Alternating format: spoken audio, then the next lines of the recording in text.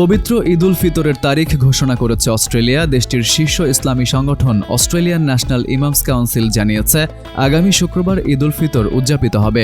এক বিবৃতিতে সংস্থাটি জানায়, অস্ট্রেলিয়ান ফতোয়া কাউন্সিল, জ্যোতির্বৈজ্ঞানিক পর্যবেক্ষণ কেন্দ্র এবং চাঁদ দেখার দায়িত্বে থাকা বিশেষায়িত বৈজ্ঞানিক প্রতিষ্ঠানগুলোর তথ্য বিশ্লেষণ করে এই সিদ্ধান্তে পৌঁছেছে।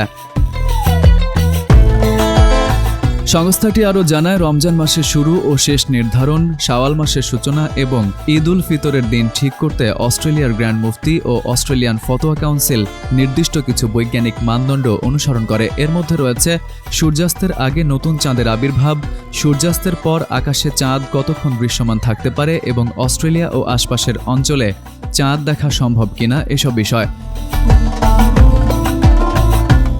ঘোষণা অনুযায়ী আগামী 19 মার্চ অস্ট্রেলিয়ায় শেষ হচ্ছে পবিত্র রমজান এবং পরদিন উদযাপিত হবে ঈদ উল ফিতর।